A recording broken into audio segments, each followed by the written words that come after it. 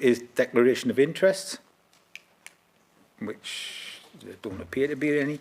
So then we're on to the meat of the meeting, which is the report of the Executive Director of Adult Social Care and Children's Services on the dissolution of the Partnership of Northumbrian Healthcare.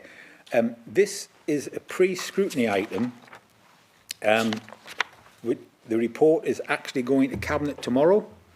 So what our job on the first item is just to make comment on the recommendations, and if we think we can improve them, then that's what this is about. So I am now going to pass over to Kath McAvoy Smith. Is that right? Is that what I'm doing now? If you'd like to. Yes, well, I am. And fire away. Questions at the end. I shall.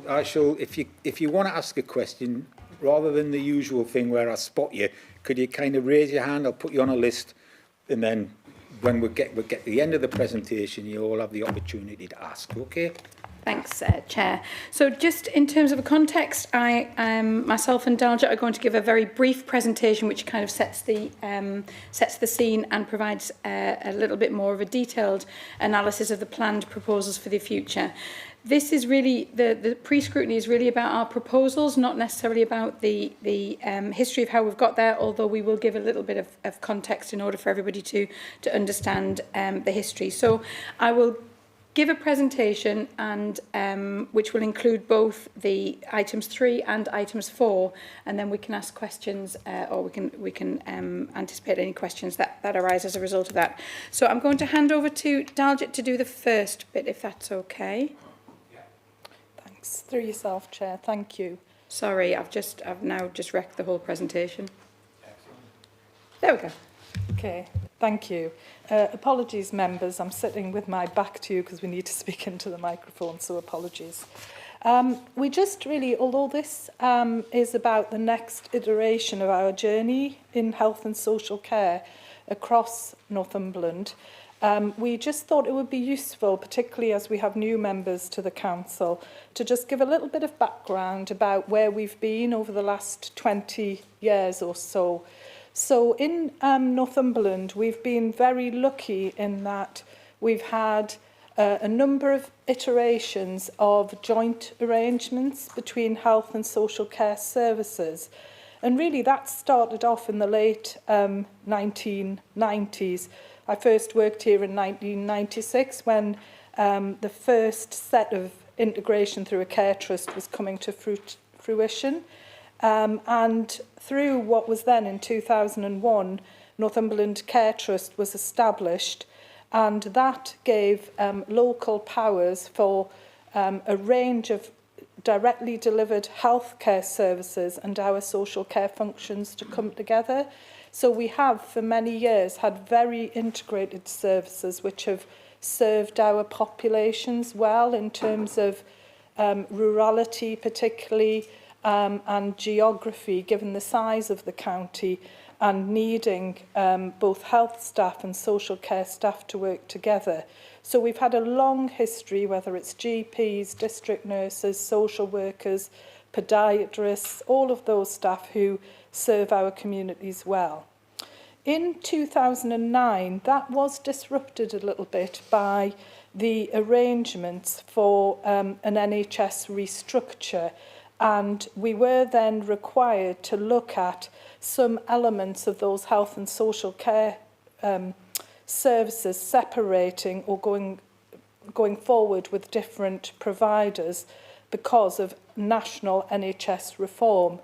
Having been in the role since early 2007 of the Director of Adult Services, we did work very close with colleagues to get to a position by entering into a formal partnership arrangement with Northumbria Healthcare, which enabled us to keep those sets of staff, particularly the statutory social care workforce that we are statutorily responsible for as a council, together with those community staff who work out in the communities from an NHS perspective.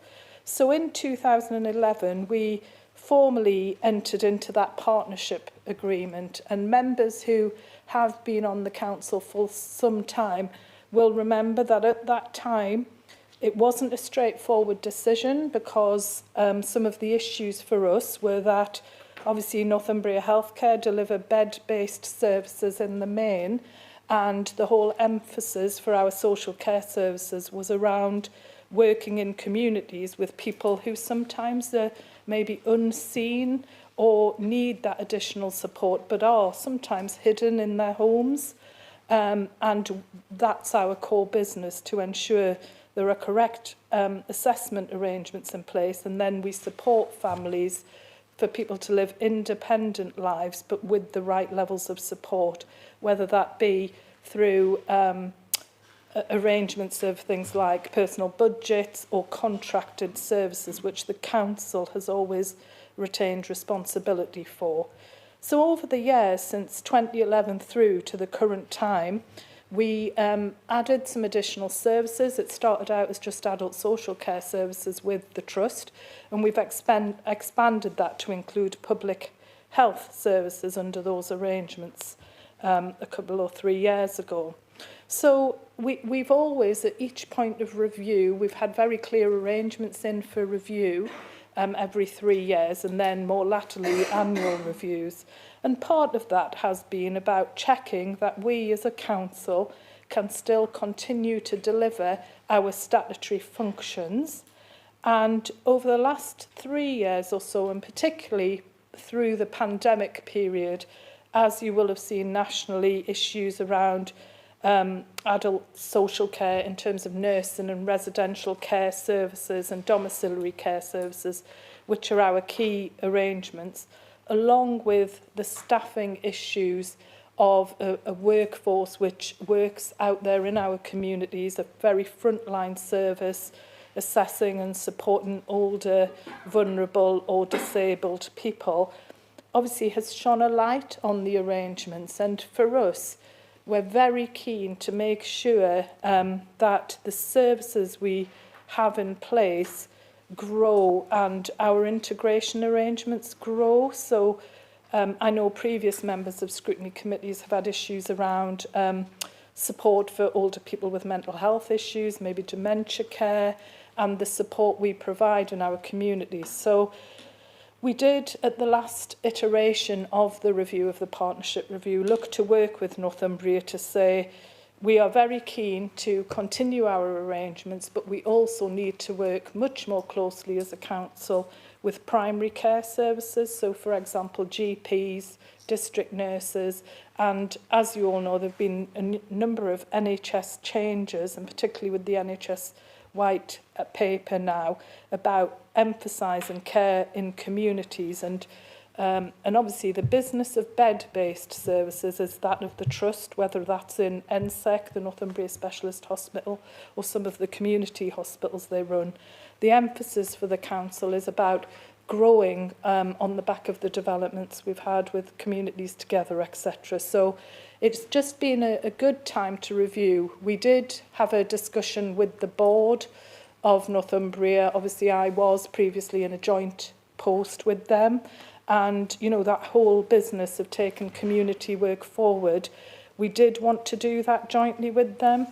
They quite rightly, as a board, have looked at that and subsequent changes now with the white paper, and they've determined they don't require the arrangements that we had previously, which actually gives us opportunity to partner with others. But I think it was just useful to give members a bit of background about where we came from, why we're here. And I see this as the next iteration for us of taken forward and growing. We're now internationally recognised. Quite often, central departments in government, when they have interest from overseas, actually recommend people come and look at our models, look at our joint developments like the hospital and extra cared halt whistle and some of the other arrangements we have in place. So that was just to give a bit of context to where we've been and how we've got to where we are. And Kath's going to pick up with the arrangements now. Thanks, Martin. Are you happy for me to Yeah, carry on? absolutely. Carry on. So Dan's already touched on a number of these areas, but we were planning a review in 2019, 2020, and I think not many of you will be blind to the fact that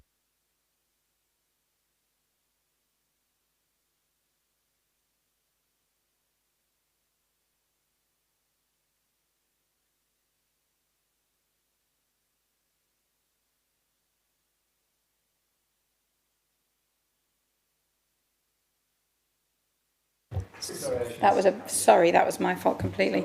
I was so eager to present. So it became very clear that there were a couple of governance and delegated functions issues, not insurmountable, and we had hoped to be able to address some of those. But those were the kinds of areas we were looking at in terms of terms and conditions, governance, delegated functions, and also what a partnership approach should look like.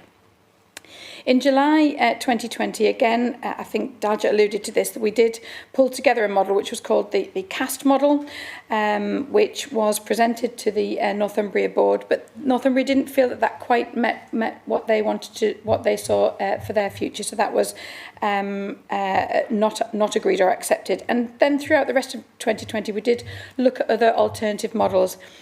In November, it's probably fair to say we considered a hosted model where staff would not have to transfer, but Northumbria would host those staff for us. But the HR and legal advice in relation to those was that it would cause us some challenges in terms of the management of that. So we didn't feel that was an option for us. Again, Dalja alluded to the white paper, which was introduced in early 2021, which talks about integration and innovation. And in February 21, we had a conversation with the Trust about potentially extending the partnership till 2022. But unfortunately, their board did not feel that was a path that they wanted to go along. And a bit later on in that month, notice was served. But we did agree an extension till September of this year, which has meant that we've had some time to do some planning. In relation to the services that are transferring, I thought it would be useful just to have an overview of that. So adult social care obviously is the biggest area that is transferring. That involves social workers who are involved in the most complex cases in case management. Our strategic safeguarding services, which support ensuring that the services that we provide are safe and ensure that those vulnerable adults are effectively responded to. Our approved mental health professional team, those social workers and staff who are involved in supporting those who've got some mental health issues and who help to carry out sections. Our emergency duty team, our risk and independence team, self-directed support services such as direct payments and personal budgets, Northumberland One Call. So we have negotiated and discussed in terms of the TUPE processes, and we have identified as a result of that who will be transferring over back to the council. And as a result of that, we have developed a new model of care and support. And again, the new model is looking to be more closely aligned with some of our community-based services, so primary care networks and our mental health services. Closer links to children's services and some of the other council and external services, which can help with sometimes what's needed as a whole family approach. And that leads us on to the closer links with Northumberland Communities Together in the community and voluntary sector, so that we can offer greater choices of services and interventions as we move forward. We've developed a set of kind of core principles that goes alongside this, which is about ensuring that the residents or patients or our service users have control over the way that care and support is provided as much as we possibly can, and that family and any carers or unpaid carers are treated as a central or integral to the residents' plans, and we look at their needs as well as those of residents. And we recognise that we need to balance off between minimising risks to a person in terms of a person's care plan, but also supporting people to live the life that they wish or they choose to live. And we should allow a person's own choices should be what we promote. And we want to ensure coordination between services and understanding of all of the agencies involved, so not just about social care, and helping people and supporting them to make the most of the opportunities available in the wider community. And we're talking about Northumberland Communities Together, voluntary and community sector services, and building those more close links with locality coordinators and social prescribing opportunities. And then the other big service area that we have to consider is the hospital discharge and reablement links. And this service is looking at safe and appropriately timed discharge from hospital. I don't suppose that'll be a surprise to anybody. Helping people to recover their independence if they've been in hospital and need some additional support. It covers home safe, short-term support services, occupational therapists, physiotherapists. Again, we've followed a TUPE process. We've looked to see where those services are best fit in terms of the council or the trust, and we have developed something called the RESET model. And we love an acronym, but I do think that this acronym particularly describes what is going to be offered. And I don't have to read all of that out, but recovery, which is about where somebody's been ill or has been discharged from hospital, what can we provide in order to help support that person in the community, helping or supporting people to learn or relearn skills, carrying out daily tasks, such as being able to help them make their own food, etc. Enable is related to the doing with and not for, which is part of the principles that have been developed, and helping to encourage independence for as long as possible, where possible. And that will include a dedicated team, which will include occupational therapists, social workers and reablement support staff. And this is just a kind of a little model, the diagram that demonstrates the routes into that and then the routes out of that. So you've got people can refer themselves from the community, or families can refer the hospital discharge route, or actually self-referral via one call. And then on the side it lists the potential outcomes in relation to the support services that will be offered to our residents. In terms of the other services, because the partnership agreement also covers our continuing healthcare services, which is currently funded by, Northumberland CCG, and the interim arrangements will be to maintain that integration, but the CCG are looking at a review and looking at a potential to transfer that to the ICS when that's formally set up in April of next year. The learning disability community nurses are also funded by the CCG, and there is a planned review to look at how that service can be integrated and look at social care support for people with a learning disability, and that will involve both the Northumbria Trust and also CNTW in those particular arrangements. The GEL service, which is the Joint Equipment Loan Service, this provides equipment and minor adaptations to people's living environments. It's jointly funded by the council, and again the CCG provides equipment and adaptations to both children and adults who have additional disabilities or additional needs. The plan is for that to transfer back to the county council, but we will continue to offer integrated services in relation to that area. The Integrated Wellbeing Service, which is a public health service, which offers health trainers and advocates, smoking cessation, etc. That has a natural relationship with our community focused work, and that will transfer back into the council. That service is already based within County Hall, and Liz and her team are already in conversations about what some of the new models of delivery will look like in the future. And then there is our sexual health sexual health, which was not part of the Section 75 partnership arrangement, but people have asked questions about that. That contract has been extended for a year, and we are looking at a sub-regional approach that should be in relation to sexual health. It's not. We're looking at some opportunities around how we might manage that those contracts on a more sub-regional basis.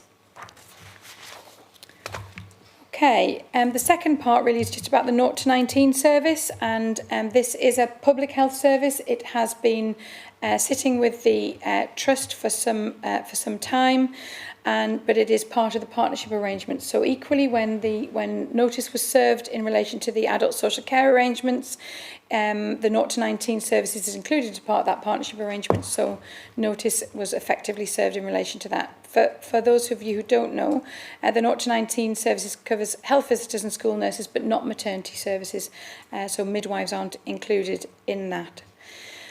Our preferred option is a partnership approach or a partnership arrangement, similar to what we have currently, because that offers us greater flexibility.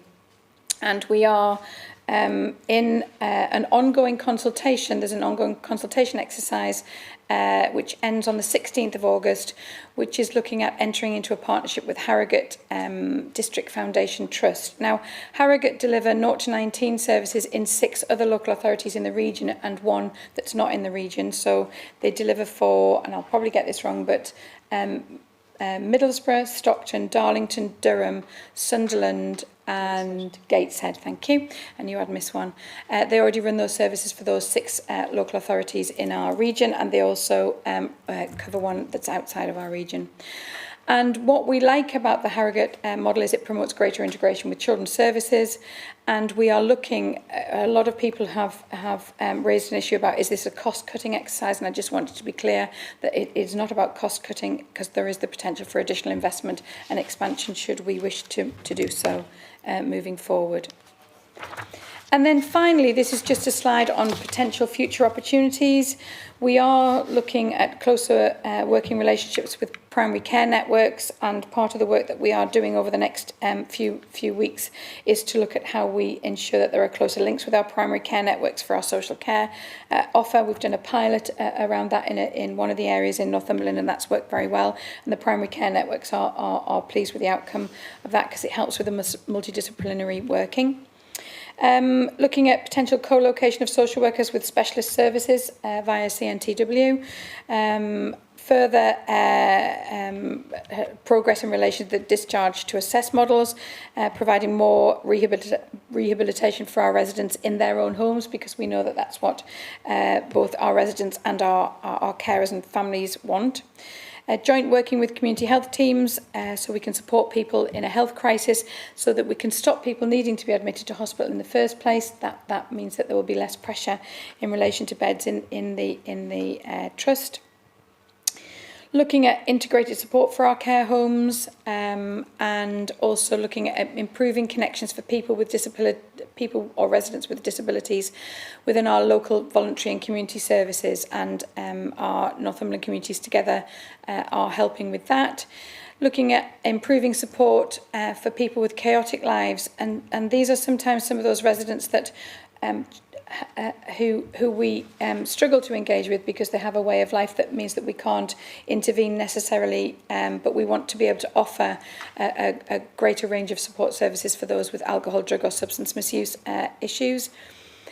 We're looking at a wider range of accommodation and support options for older people, so extra care, supported living, etc. How we can better enable our older population to remain in their homes living independently. And that will involve joint working with housing and property services to help better support that. And then finally, improving our joint arrangements with CNTW, looking at those people who've been in hospital and under the Mental Health Act, and how we can support those moving forward. Okay, I will end there. Excellent. If you'd like to turn your mic off. Oh, could I just raise one issue though in relation to the report? Before we move on to that, there is a typo in the Action 9 in the when it says to note that a consultation is currently taking place about proposed partnership with Harrogate and District NHS Foundation Trust, which the 0 to 19 public health service is currently operated by Northumbria, and it says HDFT, and that should be the Northumbria NH Trust, not the Harrogate District Foundation Trust, just in case I forget to mention that at a later stage. And that's a long-winded way of just saying take the D out. Yeah, thought so. Right, questions. Councillor Hill. Thank you, Chair. Can I just say first of all that I don't want this to be in future at Cabinet meeting tomorrow or so on to say, oh yes, this all went through scrutiny, almost kind of signed off, because, you know, this is very frustrating because Normally at scrutiny you get a report and, you know, you ask questions and you test the evidence and you look behind the statistics. I'm reading all this and to be blunt, I'm thinking, what the hell's going on here? And I know we're sort of being directed away from the Trust's original decision, but to understand what's happening here, where we go from here and so on, we need to understand the Trust's decision. There's a big gap here. It reminds me often when you're looking at decision and you think something else is going on here. It's the proverbial, or could be the literal, decision made by a couple of mates on the golf course. It could be down some pub. Can I just stop you there? We're not going to talk about how we arrived here. What we're talking about is the contents of the report. So well, it says here, Chair, to note that the Council's partnership agreement with the Trust will come to an end, to note that this was not the Council's preferred option. Yeah. So to understand where we're going from here, we need to have some more understanding of what the decision-making process was. No, well, sorry, Councillor, I disagree.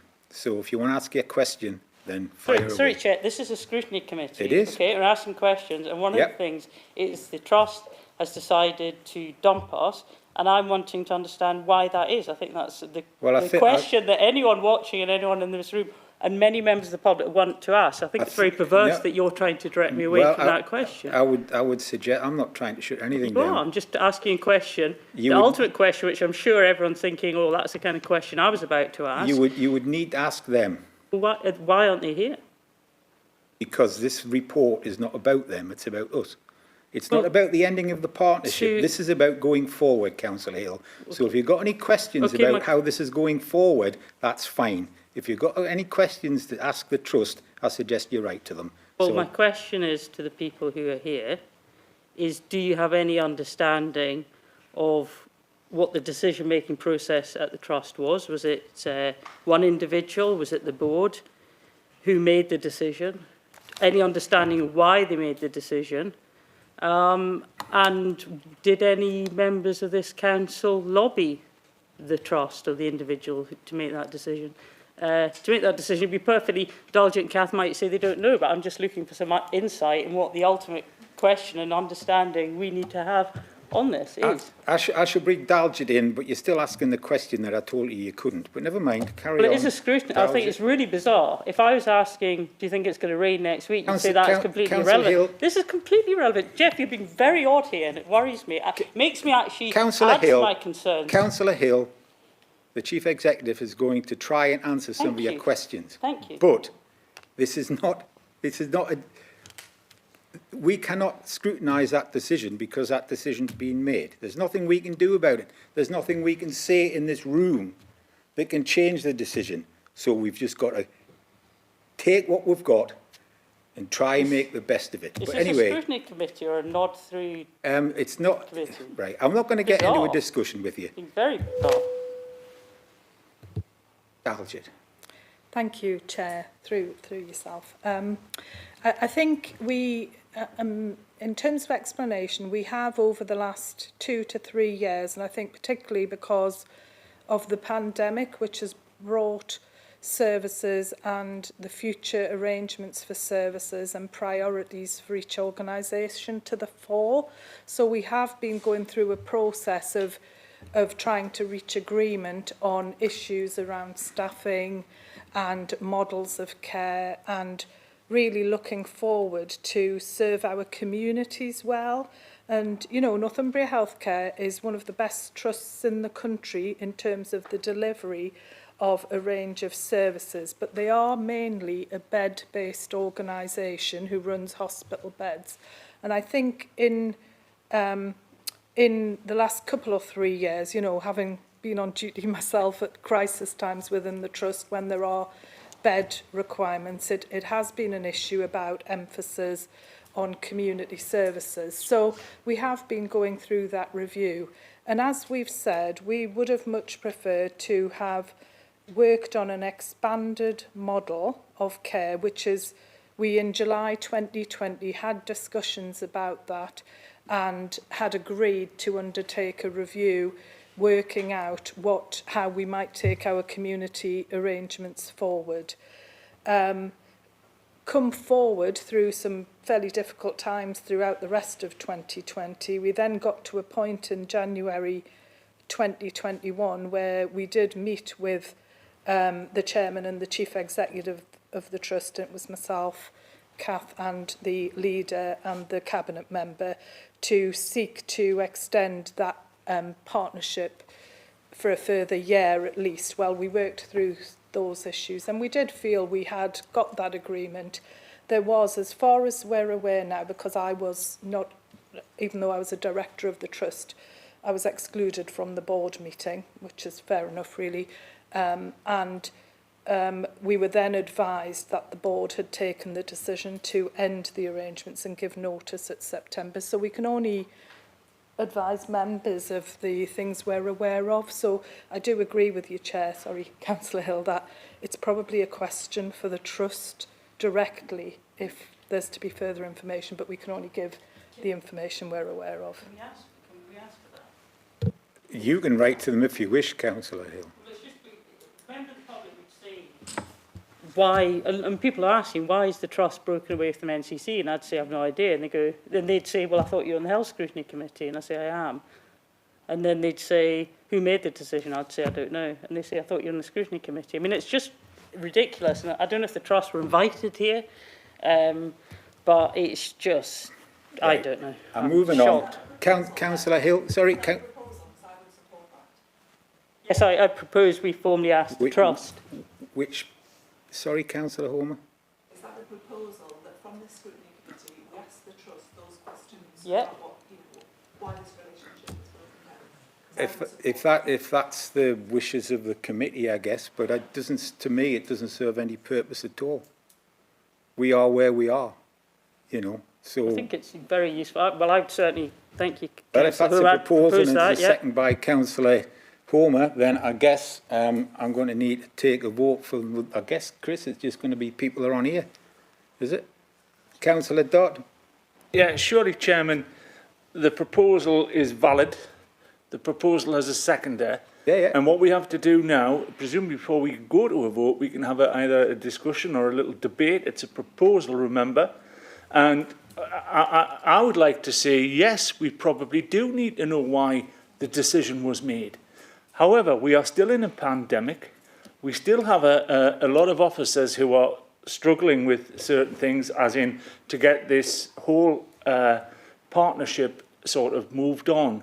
And I would suggest that it's probably best deferred for a little while until the water goes under the bridge and we get some of these services sorted, so we can then move forward and look back on how we did this job and how we look at how they made their decision, because it is relevant. It's 700 members of staff and it's 2,500 end users or vulnerable people. So it hasn't been a big light-hearted decision. It's a massive decision, because why? We were held up as an exemplar across the north, across the country, for delivering these services. And I think we do need a look. Thank you. Well, it would appear that unless anyone's got a contra view, that that's what we do. Is Councillor Dodd going to put a date on that for us, or? I think we take advice from officers when time will fit, and time will, you know, as I say, they are presumably very, very busy sorting this out, because it's on the table today, because it goes to Cabinet tomorrow, because in September it goes live.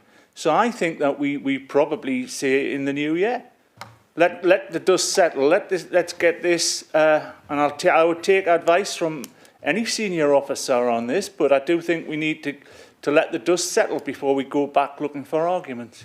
So are we content with that, Councillor Hill, Councillor Homer? The only thing I would say, though, to understand, I mean, it's not just, it is useful to know for the record, if you like, but to understand moving forward, you know, what went wrong, what was the reasons, you know, is there anything that we to form our thinking about new arrangements to understand what happened in the past? So I feel like, I mean, without understanding that, I'm a bit blind in terms of arrangements moving forward to get an understanding of what happened there.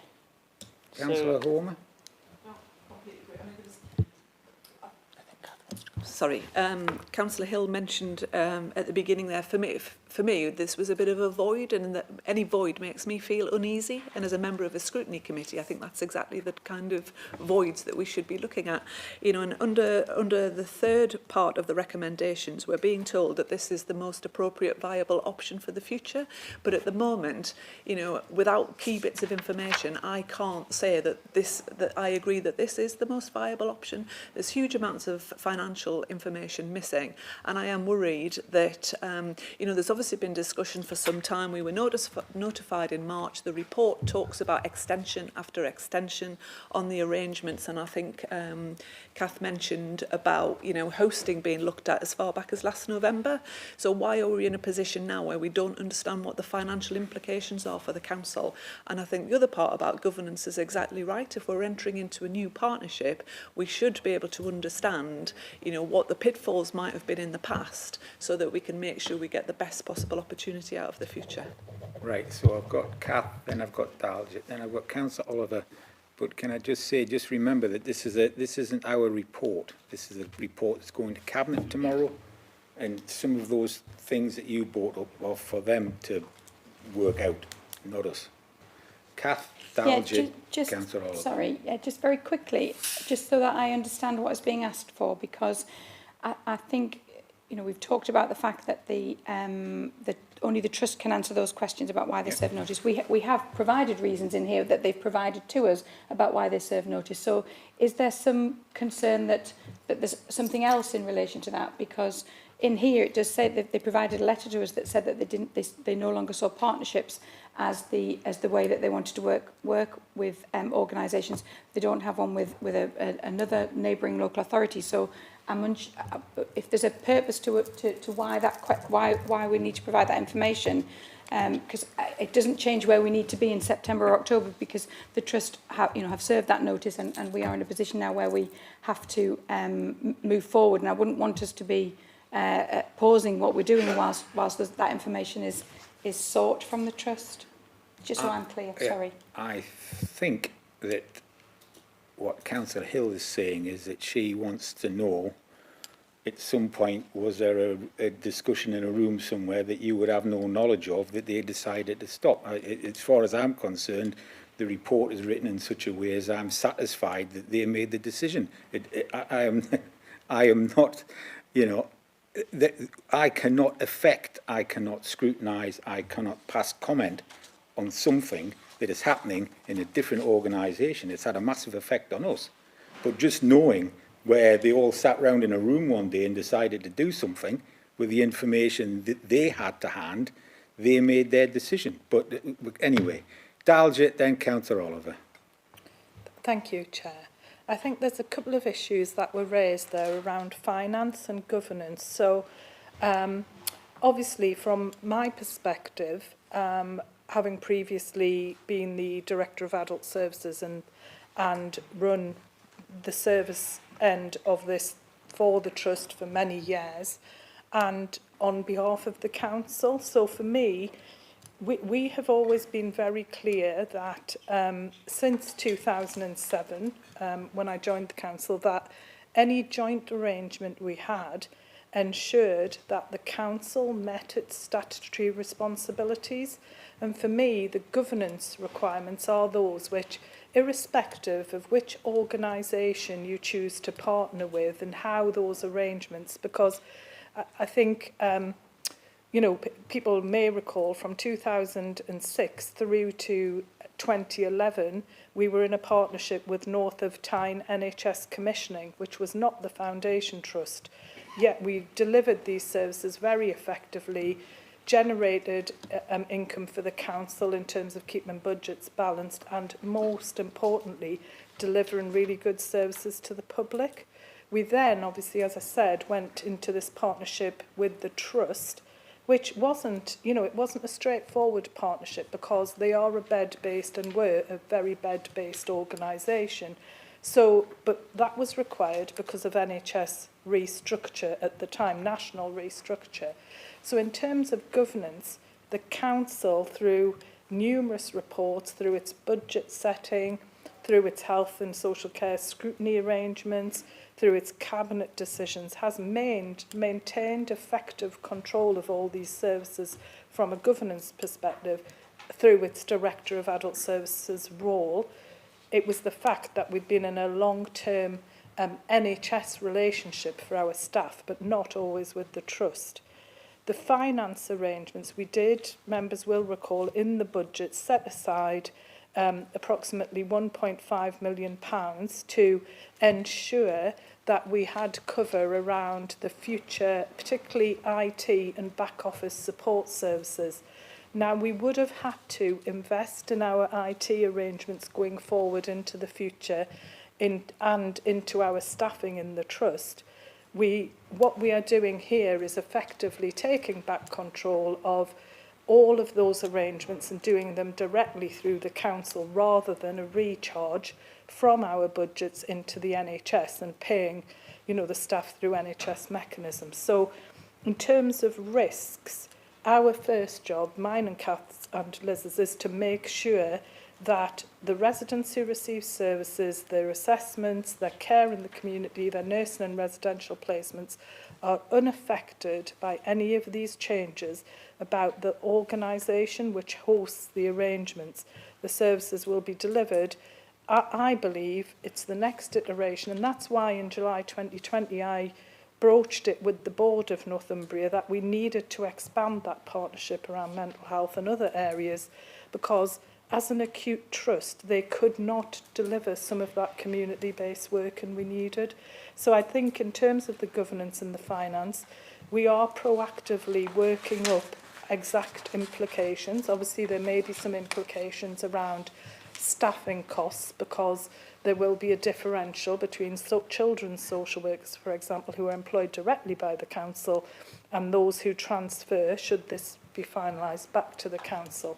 So there will be some costs which we won't know until the staff have opted to the relevant organisations' terms and conditions. But we have always fully funded the services and the staff. Just another organisation has paid for them. We've always directly paid nursing and residential homes and care and domiciliary providers. That happens in County Hall.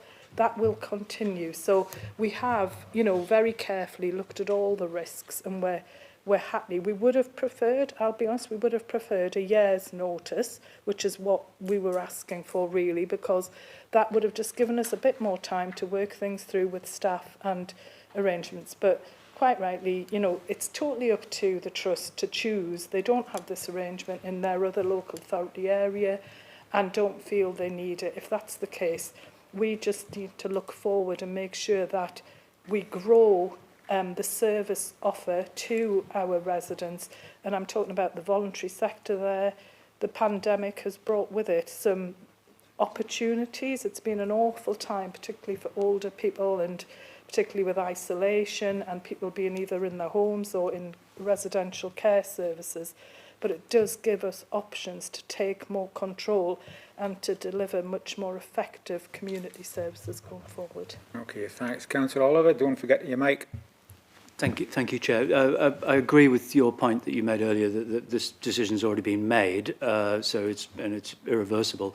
But at the bottom of page 4, it says that Northumbria's board had expressed ongoing concerns about the mechanism for the accountability, governance and oversight of the delegated functions.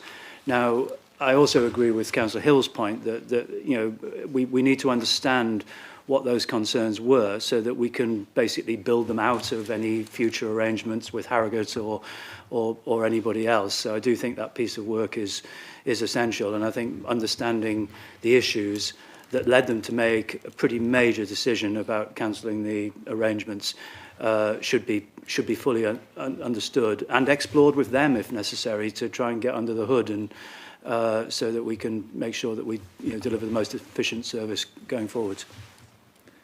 Okay. Councillor Hill? Sorry, Hunter? Thank you, Chair. Having just been re-elected back in May, I'm trying to find out as to, has this been at scrutiny before? And if not, why is it just coming today? We've had notice served on this in February, and we're actually changing as of the 30th of September, so we seem to be late in the day in bringing this to us. And I have another couple of questions as well as to when the new model partnership comes into place. Can we have a set time for it to come back to scrutiny so that we can see if it's working, if it's not working, what do we need to do to resolve that? Because end users, all they're interested in is the service. They're not interested in whether it's us that provides it, the NHS or the Trust or anybody. And the final question is on the Harrogate. Are they able to provide the suitable service to the rural areas?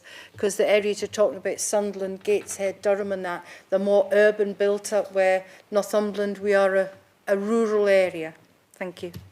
Are you taking this, Kath? Yeah, I'll take bits of it. I can't quite remember all of the questions, but I'll deal with the last one first, because the Harrogate one, they provide services in a number of rural areas. Durham is a not dissimilar makeup to ours, and actually they're just going to continue to provide the services that are currently provided. There will be no change to the reach or to the offer in that respect. So I can reassure you on that. In relation to why it's not come to scrutiny previously, I think it's because we weren't at a point where there was anything to scrutinise. We were still developing the proposals for the future and determining what that might look like. So this was the first opportunity where we had everything that we could come together and offer that opportunity to be able to look at that. And there was a third question, I can't remember what that one was. Sorry. It was as to can it come, we'll have a regular update through, Yes, so yeah. so we have information to scrutinise. Yeah, I think we've had a conversation about bringing this back in a certain amount of time in order to be able to look at what's happened in the interim period. So, Councillor Bowman. Thank you, Chair. In response to the Chief Executive's remarks earlier, can I ask a couple of questions? Of course you can. One is related to staff costs. Is there an assurance that staff moving to Northumberland County Council will not be any worse off in their terms and conditions and pay? And the second thing is, you say that the service will improve over time. Is it possible that you can give some clarification to that? Have you got anything in mind at the moment of those sort of improvements? Thank you, Chair. No trouble. Salja. Yeah, thank you, Chair. Obviously, in terms of staff costs, we would not be looking to, there would be no detriment to any staff member. It may be that there may be a gain in terms of equity on the salaries paid to children's services staff versus care management adult services staff, and that's because each organisation has been tied to its, so for example the NHS is governed by the Agenda for Change arrangements and have relative bandings, and obviously the council's different, but to give assurance we would not be looking for any of the staff to be detrimented. Now, if there were individual issues for one or two staff, we would need to look at that, and obviously that would be looked at through the whole CHIPI process and the right arrangements put in place. And obviously this certainly isn't being done in terms of, you know, looking to save money or to take money out of these services.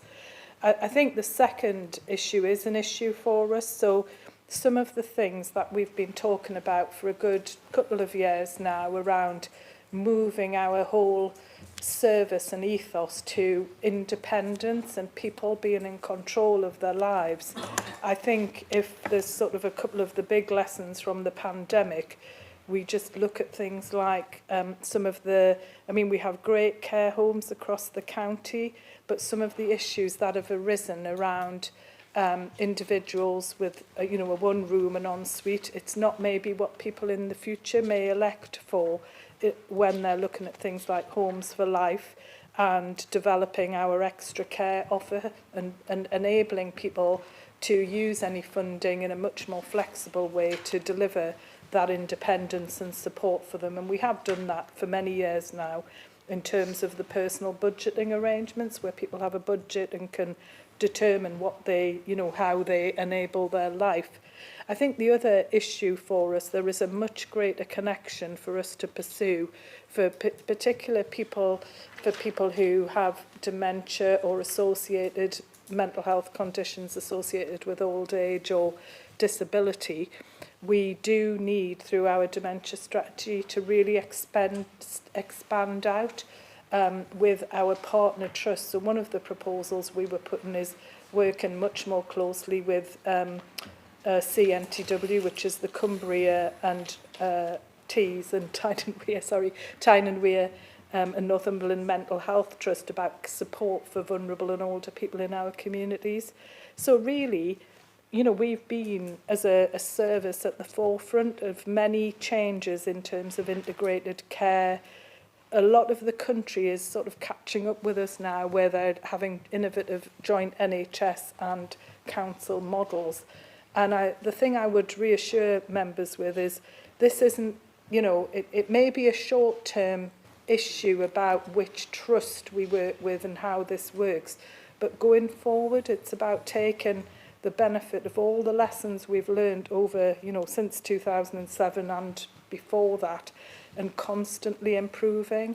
And one of the big lessons for me more recently has been about, and you know, sometimes we just haven't at that time done it, but the involvement of the voluntary sector. If you think about all of the work that the voluntary sector have done through the pandemic, through our locality teams and through Northumberland Communities Together, picking up the work, working with us, supporting the most vulnerable people in our society, there is huge potential.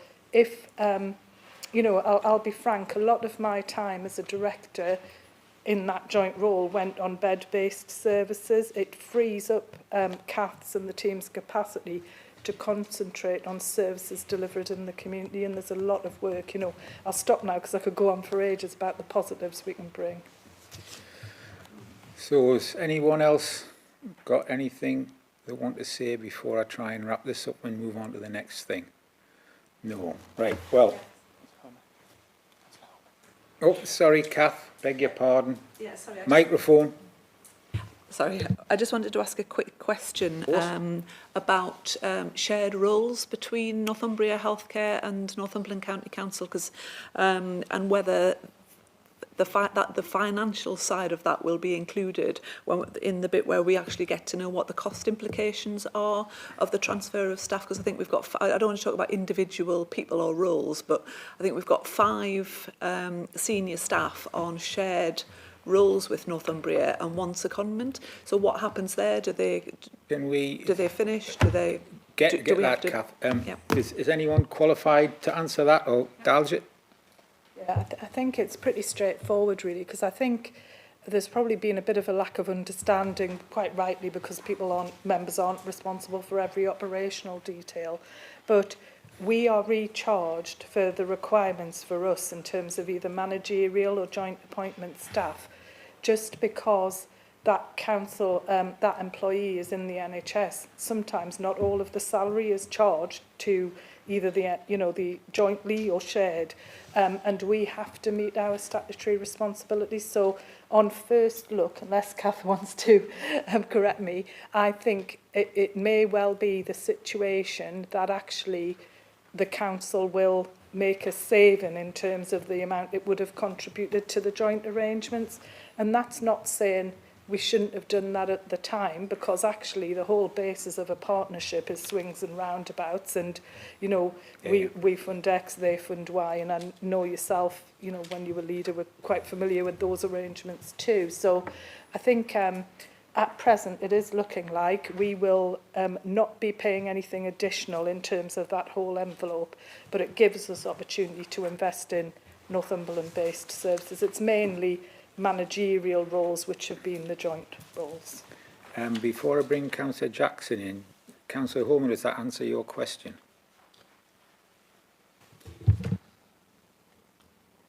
Not really, no. I could perhaps just add a little bit to that, just to say, because obviously that there are joint posts, and Daljit is quite right that those in terms of the costings, that we expect that might be slightly more beneficial to ourselves in that respect. But for individuals who are jointly appointed, a TUPE process is being considered, which will look at their roles and responsibilities across both areas to determine where best their role fits, whether or not that be a council role or whether that be an NHS role, and that's how that's being sorted out. But that's for those are individuals, they're small numbers. It's not like social workers who definitely are TUPEing back, but there are some posts that might just be a little bit more nuanced, where we're considering whether or not they should be employed by the trust or by us. So that's part of the TUPE discussions that are being held. So, Yep, thank you. That's a bit Excellent. clearer. I Councillor- just want to go on, know carry that on. at some point we will understand what the financial implications of all this actually is. yeah, let's hope so.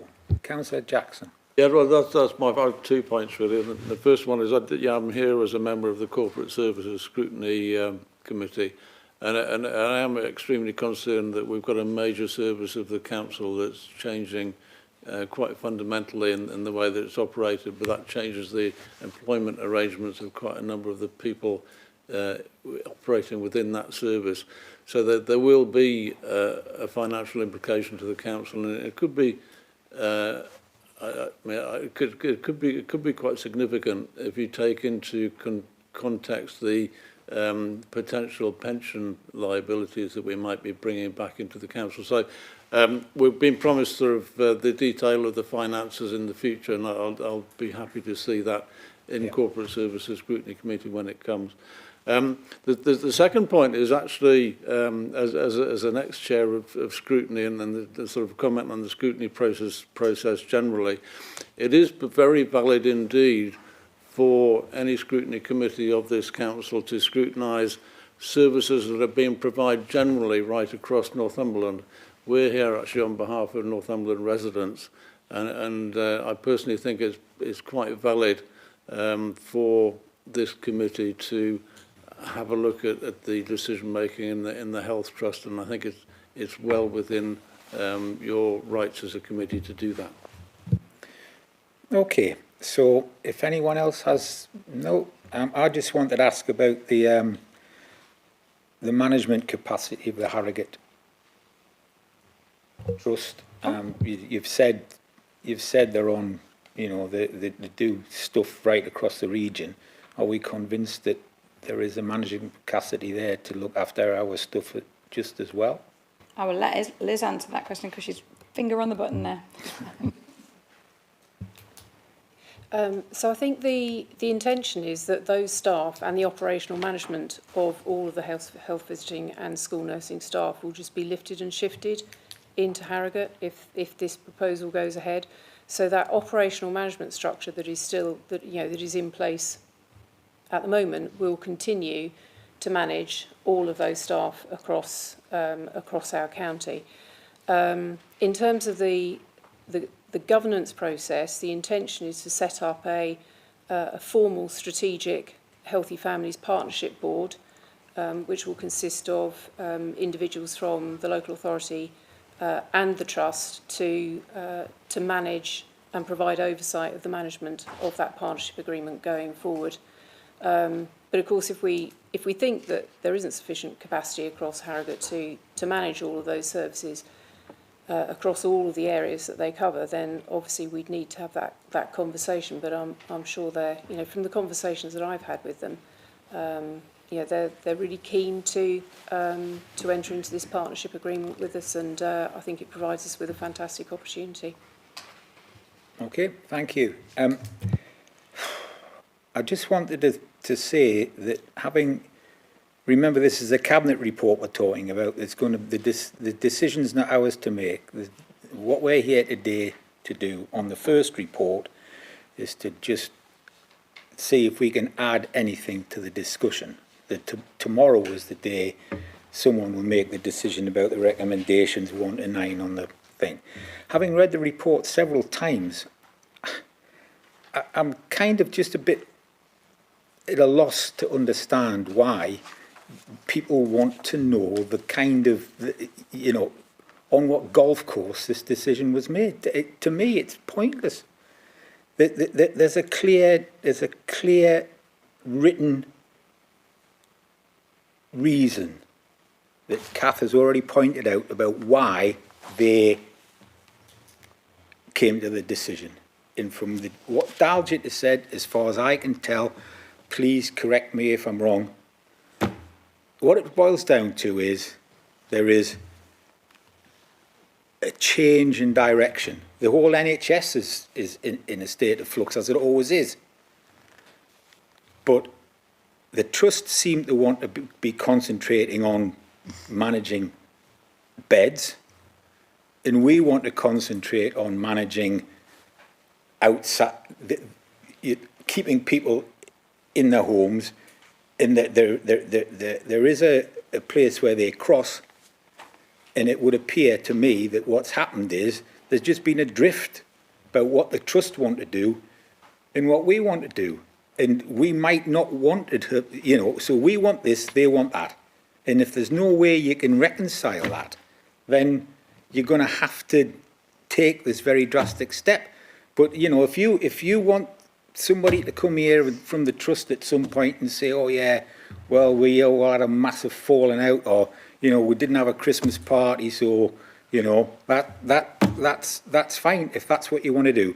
But from I took the decisions that I've taken was on the clear understanding that I read and understood the report, and I understood the nuance, and that the officers have explained to us that fundamentally we want to go in one direction and they want to go in another. That's to me, that is how we've ended up in this position. So, but if you want at some point to have somebody come and say, yeah, well, this is actually, I was in the room when the decision was taken to do this, then that's absolutely fine by me. So, Councillor Dodd, you kind of said Christmas, New Year, something like that, after the dust is settled. I think, Chair, the thrust of this is we're in it now. We're in the change process. We are. And I would hate to get bogged down with other sort of sideshow reports until the whole thing is done. And I think when the whole thing is done, we will be asked to look at the decisions that have been made at some point. That's our function in this scrutiny, to say, well, did we get that one right?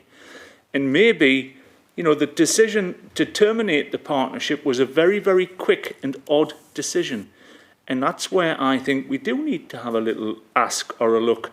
And as Councillor Jackson has pointed out, anybody that provides services in this county can be invited to come and attend these committees for us to ask questions. We do it with the ambulance trusts and various others. So I think that might be a decent thing on the agenda. Let's ask the horse and get it from the horse's mouth. Thank you. Right, before I bring Councillor Homer back in, can I suggest that at some point we were going to just have a look at this in 6 months to see whether the new arrangements were working? So would we be happy to roll that in to the same meeting? Would we be, yeah, are we happy with that? And can I suggest that it's an all-member scrutiny again, just so there can't be any misinterpretation of what's being said? Councillor Homer, Councillor Oliver. Thank you, Chair. I think there's two things here. I mean, first of all, you know, there's a comment being made there about decision-making on a golf course. That's not what it's about for me. It's about learning from the past to make the decisions we make in the future better. And I think that's what we're supposed to do at a scrutiny committee. All I want to, I think Kath said before, you know, well, they provided a letter and said they didn't want to do partnership working anymore. But I just want to understand why. Because if I don't understand why, how do we go into any future, whether that's another trust or whatever, without understanding what those issues were? And there's a couple of bits in the report. I think Councillor Oliver referred to one about concerns about the mechanisms for the accountability, governance and oversight of delegated functions. So I just want to know what that is so we can get it right next time. And then there's another statement there about NHS organisational arrangements have remained unstable throughout the subsequent decade and so on. So I just want to understand so we can get better or make the right decisions in the future. It's not about who said what and when, it's about what we can take from this. That's fair enough. Councillor Oliver. Yeah, thank you, Chair. Yeah, I'm happy to wait 6 months for that sort of information. I think there is a lot of work to do in the meantime. Part of that work is around, and the reason this meeting's been expanded to all committees today was around sort of request of the Chair's group about the sort of financial impacts and the corporate impacts of this change. And the report says very clearly, work's still in progress to understand all the financial impacts. But it's not just to do with the transfer of the staff, it's what other financial impacts there may be. And I would just, it would be good. I mean, I remember a couple of years ago getting a briefing from some senior staff about this arrangement, and I was told then it was a good deal financially for the council. So therefore, if it no longer is happening, but the opposite must be true. It mustn't be such a good deal for the council. So when will we get a bit better understanding of the financial impact that this change is going to have on the council? Talcott. Yeah, thank you, Chair. Just really on one of those comments that this was a good financial deal for the council. It was actually a good financial deal for both parties. But the more important thing for me is the level of service and the future of the services we provide to our public. And it's when you then temper how much money you spend versus the benefits to patients and service users across our county. So I have no concern that if in 6 months' time it's costing us, this budget ongoing is over £100 million. Now, if it comes in on budget or slightly below every year, and it has done for many years, and we manage that in a very effective way. But if we need to invest another £500,000 or another £1 million, and we do so to the benefits of our residents because they get better link up on social isolation, they get better opportunities in the community for day or domiciliary care services, I have no concerns recommending that as an investment opportunity. And I totally understand the questions from Councillor Jackson and Oliver about being members of corporate services, but it doesn't always come down to exact pounds and pence. So if it was found it cost us, 500,000 or another million on top of 100 million, well, I think our older people and vulnerable people deserve the best.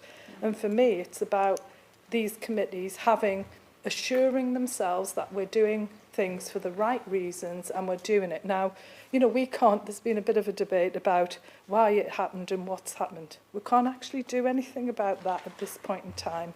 We need to, sometimes you do need to understand, but over the last couple of years with the pandemic and everything else, I've come to the point now there are just some things you'll never understand and know why it happened.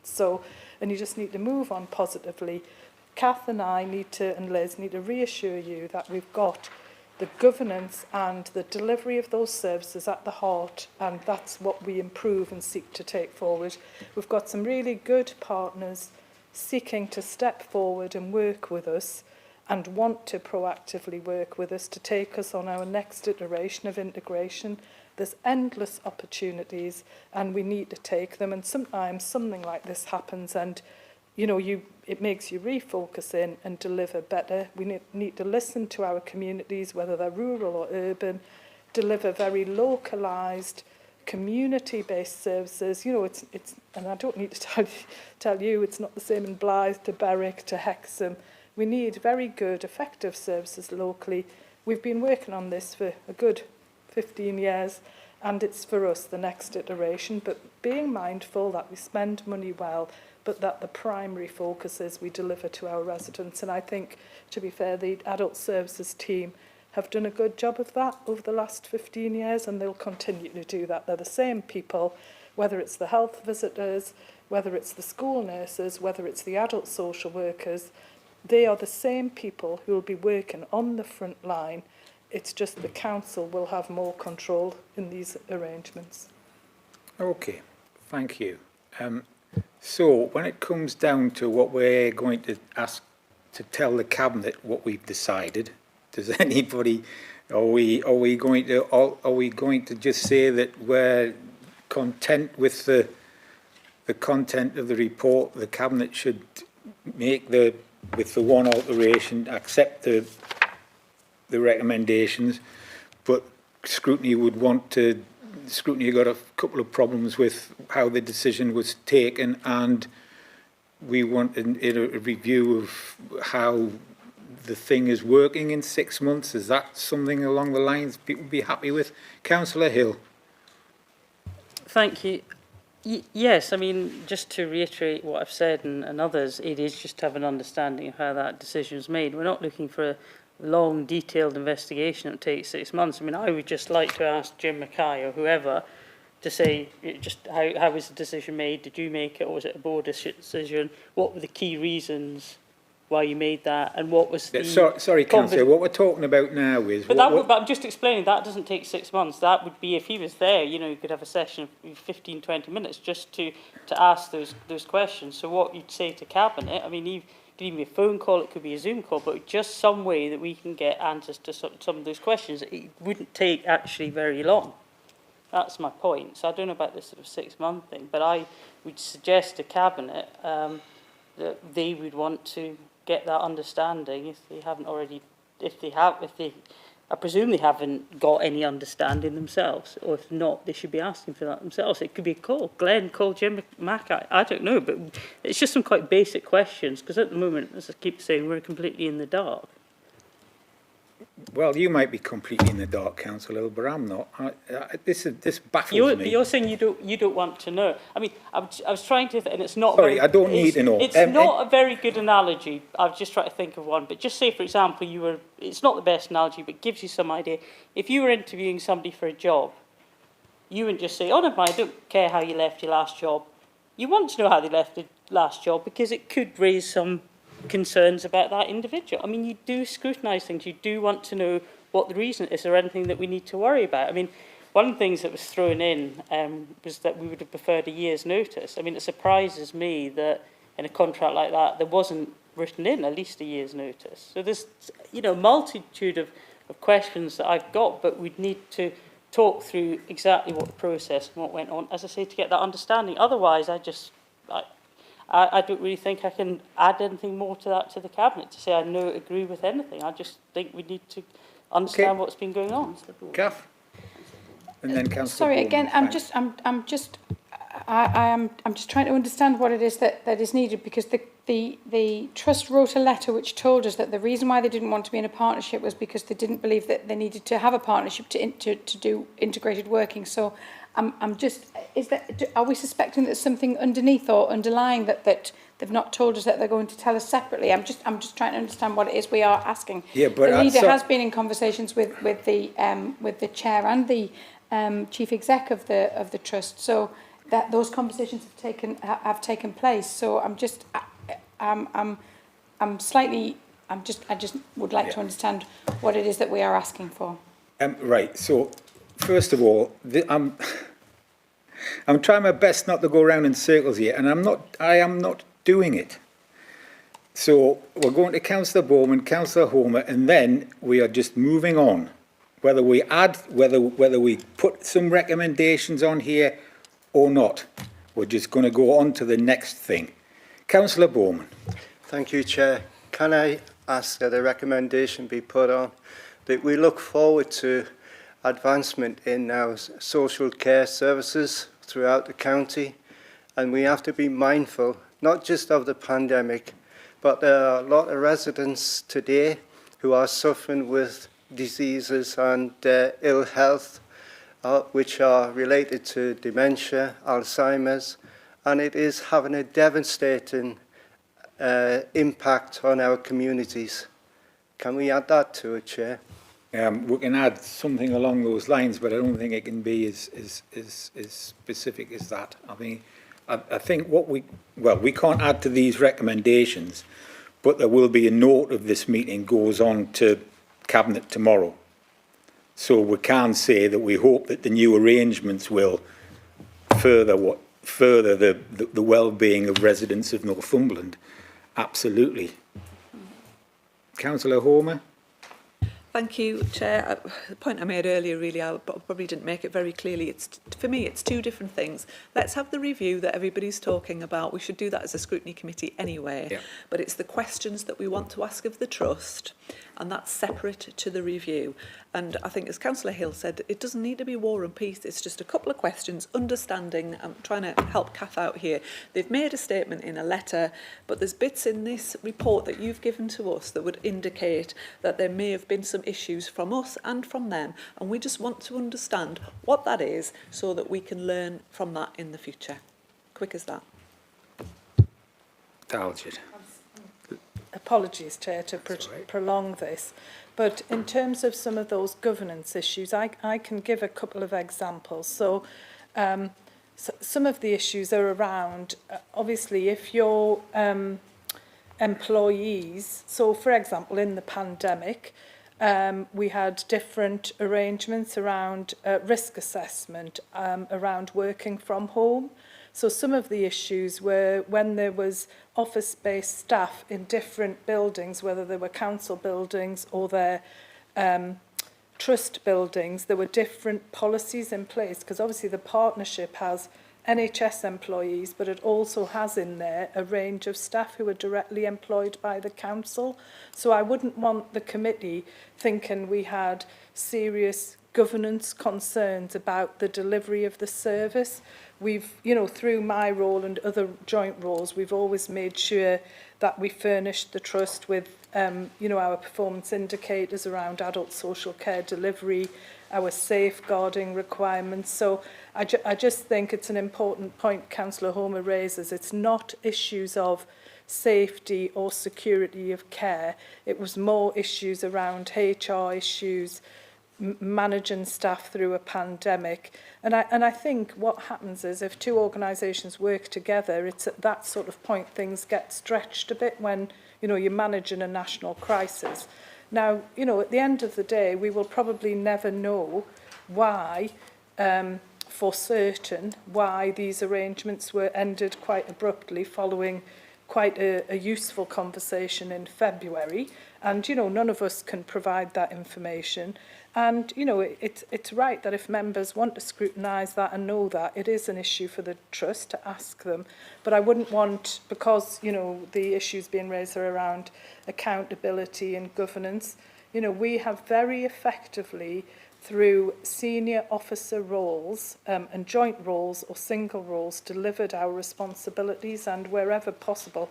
I mean, one of the reasons we've always been clear about that is pre-2007, this was a budget area that significantly overspent, and it was in a joint arrangement with the NHS, and that's why it was looked at very carefully in 2007.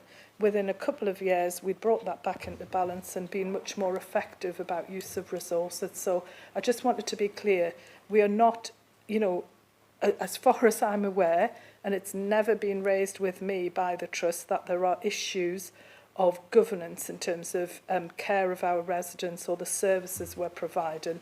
I think, if anything, because, you know, they have always been a very acute focused Trust, there was probably some lack of understanding on part of themselves and their board about what governance requirements and how adult social care should be managed. And that's understandable, because if you think about it, they're probably only one of a very small handful of organisations who had that responsibility to manage those services. But I was always very clear with them, the council could not pass on its statutory responsibilities for care, so it would always be the council's statutory responsibility. Thank you. Okay, I just will remind people that these two reports will be going to the Health and Wellbeing Board, which people do get confused with us, where the scrutiny and the board are a mixture of councillors and the Health Trust and doctors and all sorts of people like that. So there will be another opportunity for people to have a go at this, I guess. So from what I understand you're telling me is that we don't really have any objections to the recommendations.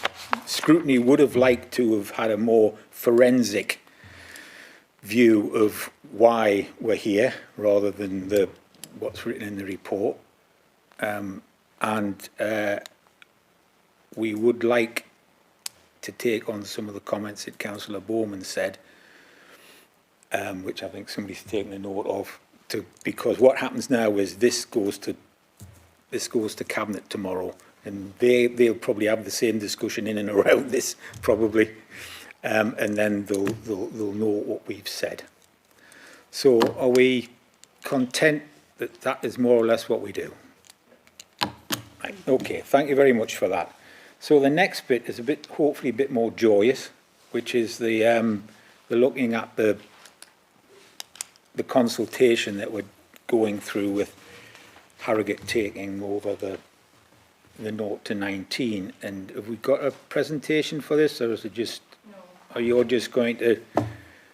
I think we wrapped both of those discussions up within that presentation there. But this is an opportunity for the committee to look at the consultation that is ongoing, that is due to close on the 16th of August, and an opportunity to comment on the consultation process should you wish to do so.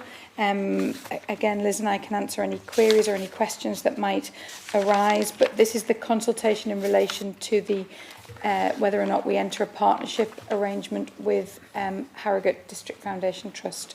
And we have held several staff events so far. So we've met with the LMC, we have met with a group of paediatricians, well, actually, one or two paediatricians, actually not a group, and we've also met with a group of staff on Friday afternoon, the health visitors and the school nurses, as part of that consultation process, and it is available on the website should anybody want to comment on it via that route. But this was just an opportunity for the committee to note that that was ongoing and identify if it wishes to make any comments in relation to the consultation. Right. Councillor Home. Thank you, Chair. Just a couple of questions, Kath, if you wouldn't mind. In terms of the consultation, the survey seemed to be quite basic. Would people get a covering document like we've had in here, explaining what all of the process, if you like, that's led to that survey, or would you just be essentially asking them, do you support it or not? There is a covering document that's on the website that explains the process, and there's also a list of frequently asked questions that have arisen that we've just added to as they go on. And also we've had questions emailed to us on a daily basis from people that we're compiling answers to those responses as well. Okay, and can I just ask about, because obviously Northumbria had wanted to continue with providing that service, can I just ask what... Did we look into that? Did we do any kind of analysis on that? And how did we arrive at deciding on Harrogate? So initially, when Northumbria served notice on us, the 0 to 19 partnership was included, the 0 to 19 arrangement was included in that discussion because it was part of the partnership arrangement. Consequently, we very quickly, because this is such a significant service, had to look at an alternative arrangement. The alternative arrangements that we considered were around whether or not staff tupied into the council, and that is an arrangement that other local authorities have in place, that they are tupied back, not tupied back, tupied into the council, and we deliver those services as part of our public health services. Latterly, the trust more recently indicated that they would like to continue that partnership arrangement, but our views of partnerships are slightly different to the trust's view of the partnership, and we didn't feel at that point that it was that they would necessarily be an appropriate partner for us moving forward. Is that you indicating, Councillor Hill? Yep. And then Councillor Bourne. Just a quick question. In terms of performance, I think the graded average, good, very good, etc., like education, is how does Harrogate compare to the Northumbria Trust? Harrogate's good. Their last inspection was 4 or 5 years ago, I think, and the trust is outstanding, but again, their inspection was 4 or 5 years ago. Just in relation to the gradings, I think it would probably be fair to say that you know, obviously we look at the gradings, but the issue for us was about the very positive feedback that we had from the other local authorities who commissioned the services from Harrogate or who were in a partnership arrangement with Harrogate. Is that all right? Yeah, Councillor Bourne. Thank you, Chair. Just a bit of clarity, because in the earlier discussion, it was basically the reason that the Health Trust served notice in the letter said that they just didn't want to do these partnerships anymore, generally, and that, you know, we were the one that they had, and that they decided that partnership models weren't for them. But now, subsequently, they've got back in touch that actually we do want a partnership, but just on the specific things. So is there a reason why that, because it seems a bit contradictory that either they're interested in partnerships or they're not? I think that would be a question you would have to ask the Trust, Councillor Bourne. I think that you know, they served notice on the partnership, which is why we looked at an alternative partnership arrangement with an alternative provider. Is there anybody Councillor Hunter? Yes, I know you've looked at Harrogate. Did you look at any other organisations? I know Harrogate's probably as close as we're going to get, and they've served other areas in the North East, but it'd be just interesting to see if you tried elsewhere.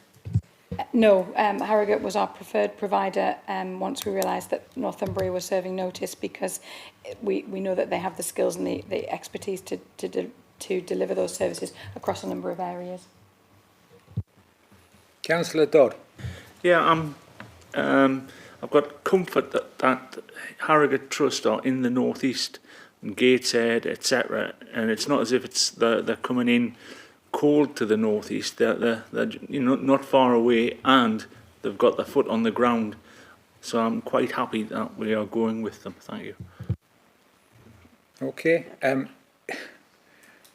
The thing that I would point out from, and I'm not trying to defend the administration here or the officers, but from my reading of the thing, basically it's the actual people delivering the service aren't going to change at all. So, if they're providing an excellent service now, then that excellent service will continue, and it's just the higher echelons of management that are going to change. Is that right? So, there should not be, and that's kind of one of the reasons I'm, kind of more relaxed than others about this, because it's not as if all of those people aren't going to work for us anymore. They're just going to be managed by a different set of people, which could be, taking the optimistic view of all this, could be very good for all of us to have it shaken up, because sometimes, comfort brings complacency. So, let's just let's just be certain that this is going to work. And, the people that work for us, the people that deliver the service that we require them to deliver, do it well, do it properly, enjoy the work, and, are going to actually, in some cases, be better off with the new arrangements rather than the arrangements we've got. So the couple of questions I would have, on page, I think it's page 23 or page 9 of the consultation thing, just want open-ended. I mean, did we have an open-ended agreement previously? Sorry, what I'm talking about is the relationship between the two organisations. We're going to have an open-ended contract, which seems, maybe risky. And there's a 12-month, there's a 12-month notice period. So I don't know whether one outweighs the other or not. So just to be clear, it's not a contract, it's a partnership arrangement, which means it is much more flexible in terms of the way that we are able to manage and performance manage that arrangement. So it's not a formal contract, and 12 months is probably standard in terms of those types of arrangements. It's actually preferable, because what you wouldn't want to do is for either side to serve note to say that they no longer wanted to be in, and then for us to be having, within a month to have to sort out arrangements. So I think we would always say that a 12-month option is the best one. Right, and we're happy to just have it an open-ended partnership. I mean, I don't know whether, do you foresee? So as part basically, before we had something that had a date on it, didn't we? Well, now you're saying we're just going to keep rolling it over. So as part of that, there will be a Healthy Families Board, which Liz alluded to previous, and that will address any issues or any concerns that might arise. And from that Healthy Families Board, if there were issues or concerns that needed to be addressed, we would determine how that might look in terms of either reviewing the partnership arrangement or reviewing the services that were provided, or looking to extend the services depending on what the issue that might arise. Because it might be a positive issue that you might want to roll things forward, because it gives you an opportunity to be able to plan much more effectively for the future, which is what a partnership arrangement enables you to do.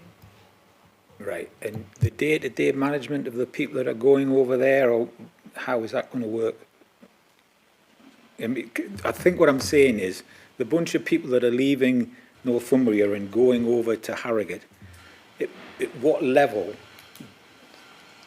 does the management become Harrogate rather than what's in place at the.